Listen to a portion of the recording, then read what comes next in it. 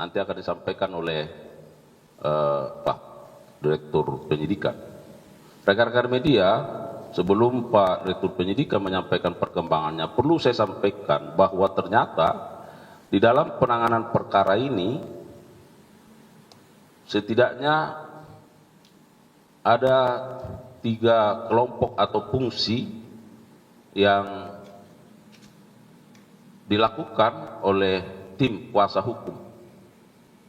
Ada yang berfungsi sebagai tim yuridis, ada yang berfungsi dalam kaitan dengan social engineering, dan ada yang berfungsi dalam kaitan dengan non-yuridis. Nah, seperti apa nanti terkait dengan 3 fungsi ini yang juga pada akhirnya membuat sikap dari penyidik, tentu kita akan simak bersama, ya. Oleh karenanya, rekan-rekan media, terima kasih sekali lagi dan kami persilakan kepada Pak Direktur Penyidikan untuk menyampaikan rilis perkembangan terkait dengan penanganan perkara ini. Kami persilakan. Terima kasih. Assalamualaikum warahmatullahi wabarakatuh. Waalaikumsalam warahmatullahi wabarakatuh. Selamat malam, salam bahagia dan salam sejahtera bagi kita semua. Yang saya hormati Bapak Kapus Penkum, para Kasubdit, teman-teman wartawan yang selalu setia mengikuti perkembangan perkara ini.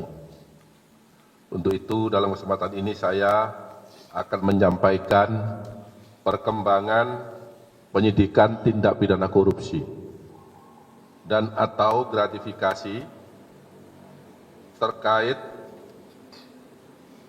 penanganan perkara di Pengadilan Negeri Jakarta. Sebagaimana telah kami sampaikan kemarin, dugaan perkara korupsi, suap, dan atau gratifikasi. Pada hari ini, Senin tanggal 21 April 2025, penanganan tindak pidana korupsi, suap, dan atau gratifikasi terkait penanganan perkara di Pengadilan Negeri Jakarta Pusat berdasarkan surat perintah penyidikan nomor Prin 23 tanggal 11 April 2025. Dalam perkara aku, penyidik melakukan penyitaan di beberapa tempat yang pada siang tadi dilakukan penggeledahan. Dalam penggeledahan ini penyidik telah menyita dokumen BBE baik berupa HP maupun laptop yang diduga sebagai alat yang digunakan untuk melakukan kejahatan.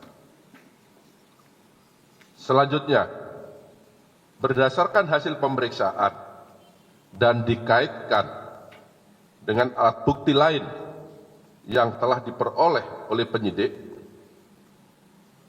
selama melakukan penyidikan pada hari ini terhadap beberapa saksi sebagaimana yang telah disampaikan Pak Kapus Penkum, penyidik pada Jaksa Agung Muda Tindak Pidana Khusus Kejaksaan Republik Indonesia mendapatkan alat bukti yang cukup untuk menetapkan 3 orang tersangka.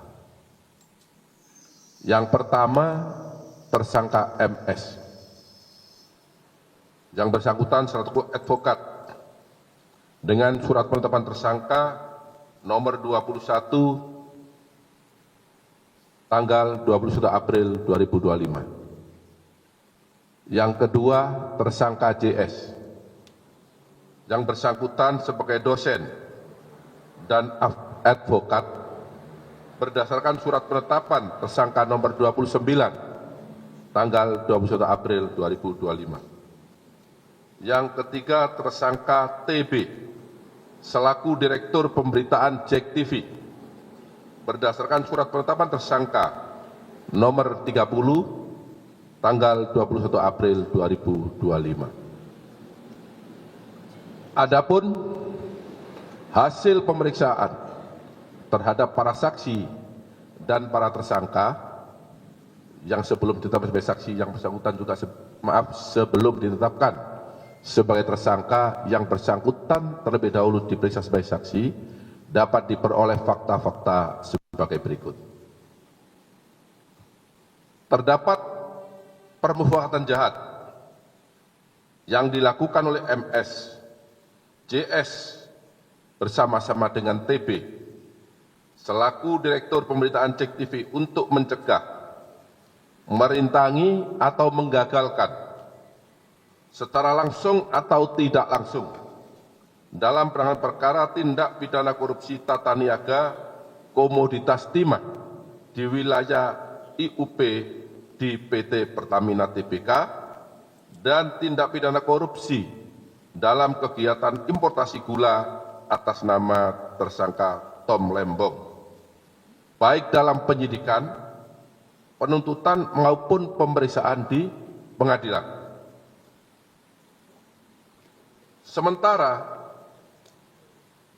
berlangsung yang saat ini prosesnya sedang berlangsung di pengadilan dengan biaya sebesar dengan biaya Rp478.500.000 yang dibayarkan oleh tersangka MS dan tersangka JS kepada TB yang dilakukan dengan cara-cara sebagai berikut.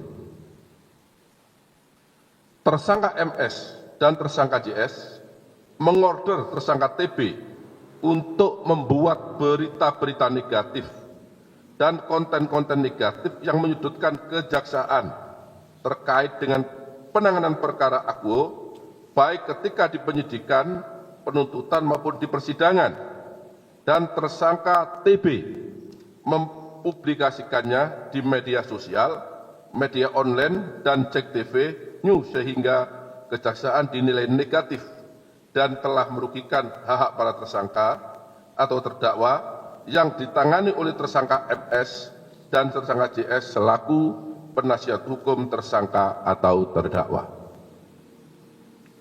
Kemudian tersangka JS membuat narasi-narasi dan opini-opini positif bagi timnya, yaitu MS dan JS, kemudian membuat metodologi perhitungan kerugian keuangan negara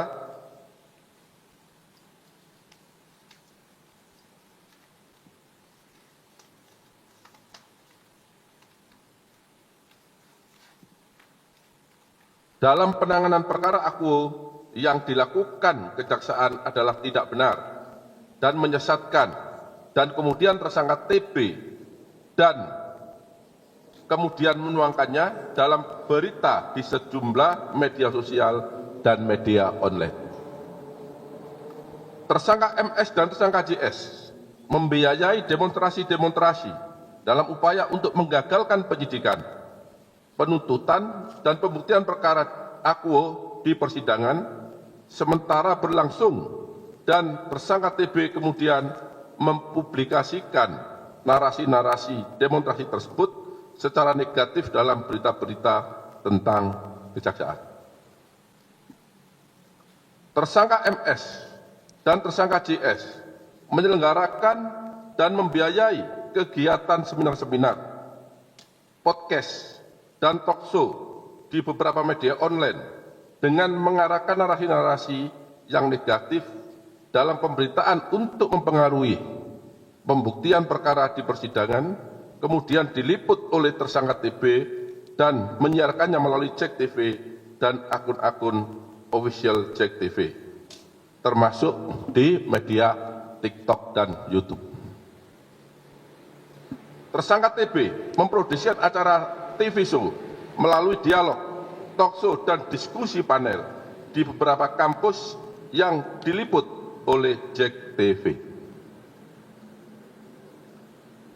Tindakan yang dilakukan oleh tersangka MS, tersangka JS, dan tersangka TB dimaksudkan bertujuan untuk membentuk opini publik dengan berita negatif yang menyudutkan kejaksaan maupun Jampitsus dalam penanganan perkara tindak pidana korupsi tata niaga timah maupun perkara tindak pidana korupsi tata niaga gula, baik saat penyidikan maupun di persidangan yang saat ini sedang berlangsung, sehingga kejaksaan dinilai negatif oleh masyarakat dan perkaranya tidak ditindaklanjuti ataupun tidak terbukti di persidangan. Jadi tujuan mereka jelas, dengan membentuk opini negatif seolah-olah yang ditangani oleh penyidik tidak benar, mengganggu konsentrasi penyidik, sehingga diharapkan atau harapan mereka perkaranya dapat dibebaskan atau minimal mengganggu ya konsentrasi penyidikan. Selain daripada itu, para tersangka juga melakukan perbuatan yaitu menghapus beberapa berita, beberapa tulisan yang ada di BBE mereka sebagaimana keterangan yang telah diakui oleh para tersangka, dan barang bukti tersebut sudah dan telah kami sita. Kemudian di samping itu terhadap beberapa tersangka juga memberikan keterangan yang tidak benar, di mana dalam salah satu keterangan saksi menyatakan bahwa beberapa waktu sebelum putusan pengadilan diputus di depan persidangan, WS selaku panitera telah memberikan draft putusan tersebut kepada tersangka, dalam hal ini tersangka MS dan tersangka JS, untuk dikoreksi apakah putusan itu sudah sesuai yang diminta. Tetapi di dalam fakta penyidikan, kedua tersangka tersebut tidak mengakui dan mengingkari fakta yang sesungguhnya. Sehingga dapat disampaikan bahwa terhadap beberapa hal yang dilakukan tadi, maka termasuk unsur orang yang sengaja merusak bukti-bukti dalam perkara korupsi. Yang kedua, juga masuk orang yang memberikan informasi palsu atau informasi yang tidak benar selama proses penyidikan. Kemudian dapat saya sampaikan juga bahwa pasal yang disangkakan kepada tersangka MS yang bersangkutan diduga melanggar pasal 21 Undang-Undang Nomor 31 Tahun 1999 tentang pemberantasan tindak pidana korupsi sebagaimana diubah dengan Undang-Undang Nomor 20 Tahun 2001 junto pasal 55 ayat 1 ke 1 Kitab Undang-Undang Hukum Pidana.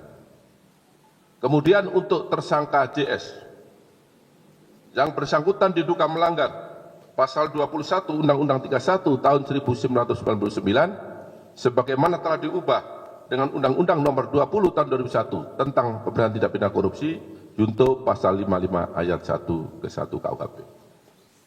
Kemudian untuk tersangka TB yang bersangkutan diduga melanggar pasal 21 Undang-Undang Nomor 31 tahun 1999 sebagaimana diubah dengan Undang-Undang Nomor 20 tahun 2001 tentang pemberantasan tindak pidana korupsi junto pasal 55 ayat 1 ke 1 Kitab Undang-Undang Hukum Pidana.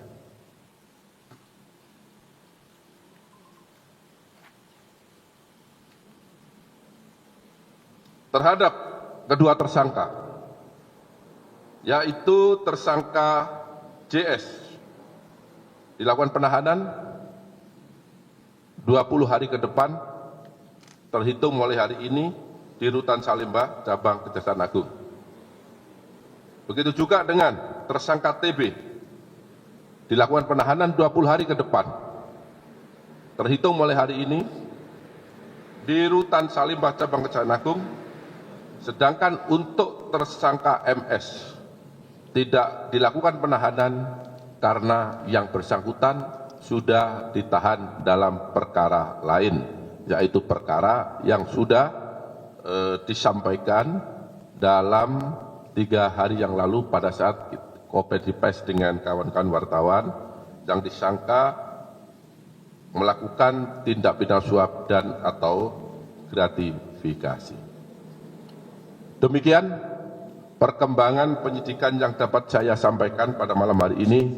Apabila ada kata-kata yang kurang dipahami, saya mohon maaf.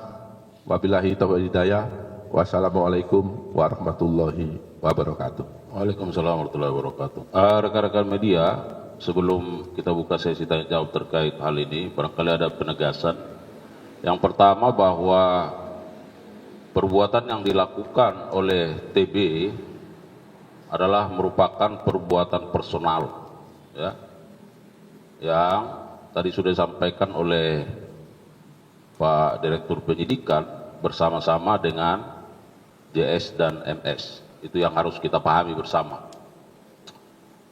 Yang kedua, bahwa tentu MS sudah 2 kali ditetapkan sebagai tersangka dalam perkara dugaan suap dan atau gratifikasi, dan yang pada saat ini dalam perkara perintangan terhadap penyidikan maupun penuntutan.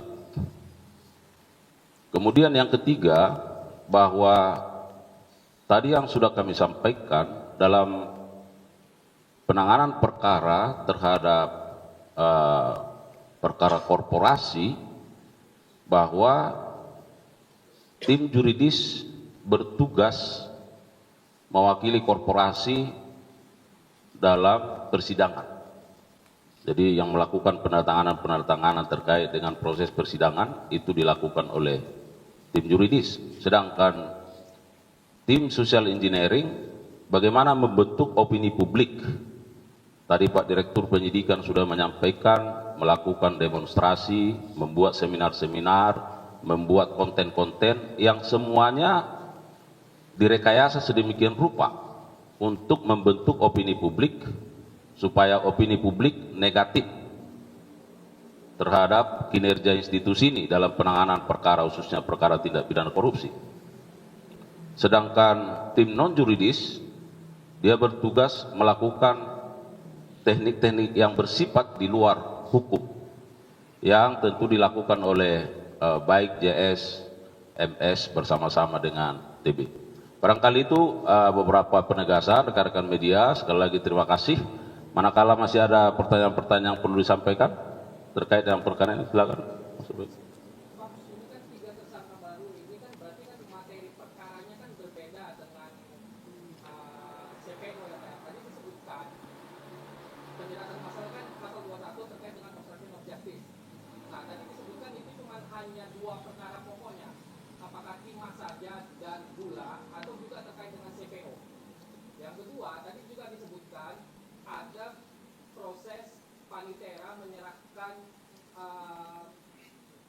Risalah putusan kepada tersangka MS sebelum putusan dibacakan. Nah, itu pada kasus yang mana? Apakah pada kasus yang timah? Kalau misalkan itu pada kasus yang timah terhadap tersangka mana yang sudah diputus? Yang kedua, apakah itu juga terkait dengan gula? Karena gula kan juga belum diputus. Itu aja. Silakan Pak Dir. Ya. Jadi perkara ini adalah pengembangan atau perkembangan penyidikan yang kami peroleh pada saat kami melakukan penyidikan perkara dugaan suap dan atau gratifikasi. Ya. Dalam perkembangan itu kami menemukan beberapa dokumen sebagai bentuk laporan pertanggungjawaban terkait apa yang dilakukan oleh para tersangka. Sebagaimana yang saya sampaikan tadi, ada tentang kegiatan seminar, ada kegiatan tentang diskusi-diskusi, ada kegiatan membuat narasi-narasi, ada pembuatan TikTok yang menyudutkan penanganan perkara yang sedang kami tangani, termasuk menyudutkan pimpinan-pimpinan di kejaksaan. Dari sanalah perkara ini berkembang sehingga kami mengumpulkan bukti-bukti dengan cara melakukan penggeledahan. Di sana kami menemukan barang bukti elektronik yang sudah barang tentu barang bukti itu bersesuaian dengan dokumen yang kami dapat. Dan ini dikuatkan oleh para saksi, karena saat itu yang bersangkutan selalu saksi. Dari bukti itulah sehingga kami penyidik menetapkan bahwa yang bersangkutan cukup alat bukti untuk dilakukan ya penetapan tersangka karena diduga menghalangi ya menggagalkan proses penyidikan. Yang pertama penyidikan terkait dengan kasus timah, karena mungkin teman-teman sudah tahu juga TikTok bagaimana masifnya. Kemudian terkait dengan gula, dan yang terakhir terkait dengan yang kita tangani. Mungkin ada salah ketik tadi belum saya sampaikan.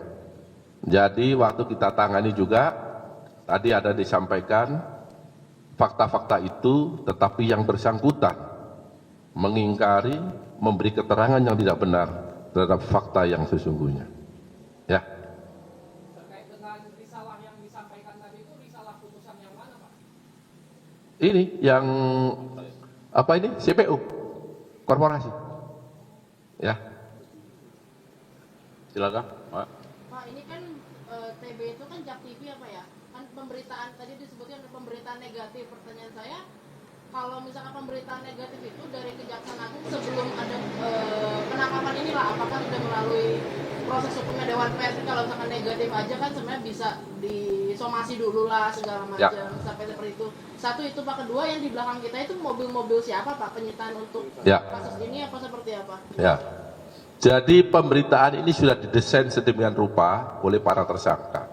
Yang tadi saya katakan, tujuan akhirnya adalah dibuat, diciptakan, dibentuk, diadakan untuk mendistrikkan institusi kejaksaan. Bahwa apa yang ditangani oleh penyidik itu semua tidak benar. Nah, ada kesempatan itu. Oleh karenanya mereka dalam melakukan itu, tadi Pak Kapus Penkum kan ada bilang tadi itu, ada tim yuridis, ya, ada tim non yuridis, ada lagi tim social engineering. Nah, dia berbagi peran, ya, berbagi peran. Nah, sehingga dari sanalah mensreanya sudah ada. Dan jadi JTV ini mendapat uang itu secara pribadi, bukan atas nama sebagai direktur ya, Jak TV ya, karena tidak ada kontrak tertulis antara perusahaan Jak TV dengan yang para pihak yang akan ditetapkan. Sehingga itu ada indikasi dia menyalahgunakan kewenangannya selaku apa jabatannya? Direktur Pak Kun ya? Direktur produksi. Pemberitaan, maaf. Itu. Sedangkan untuk barang bukti ini dilakukan penyitaan tadi siang terkait dengan barang bukti perkara suap dan atau gratifikasi dari tersangka Arianto. Ya, Arianto Pak Gun. Ya, saya lupa namanya karena terlalu banyak ya. Cukup? Ya, 3 mobil dan kita juga mengamankan 2 kapal. Ya, yang di pantai Marina.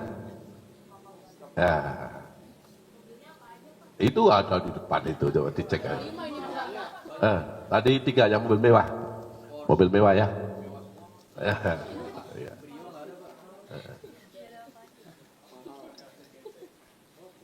Cukup ya? Cukup ya, saya kira cukup, tidak lagi pertanyaan. Sekali lagi itu yang saya sampaikan bahwa perbuatan terhadap TB adalah bersifat personal. Yang kedua, bukan soal pemberitaannya, tetapi rekayasa untuk menciptakan opini publik yang bekerja sama antara JS, MS, dan TB. Saya kira itu harus kita pahami bersama, ya. Supaya apa? Supaya penanganan tindak pidana korupsi yang dilakukan oleh institusi ini mendapat pelemahan-pelemahan, ya. Saya kira demikian. Terima kasih sekali lagi kepada rekan-rekan media yang sudah berlelah. Terima kasih untuk dukungannya yang terus terhadap institusi Adiaksa yang bergerak ke arah yang lebih baik. Demikian, billahi taufiq wal hidayah. Wassalamualaikum warahmatullahi wabarakatuh. Terima kasih ya.